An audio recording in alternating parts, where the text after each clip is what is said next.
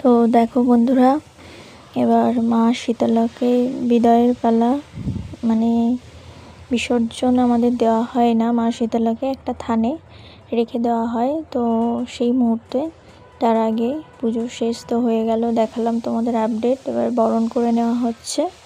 তারপর আমাদের এই পাশেই একটা থান আছে এবং সেখানে আর কি মা শীতলাকে ওখানে দিয়ে আসতে হবে।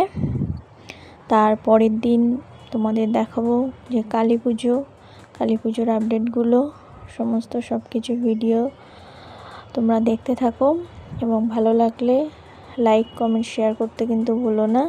পুজোর মুহূর্তগুলোই সব কিছুই তোমাদের সাথে শেয়ার করছি। এই যে সবাই মিলে বরণ করে নিলাম, এখানে কাকিমা, মা, দিদিরা সব আছে, আর একটা কাকিমাও আছে আমাদের পাশে। তো কেমন হয়েছে তোমরা কিন্তু জানিও এবং সবাই খুব ভালো থেকো, আর এরকম আনন্দ যেন আবার করতে পারি।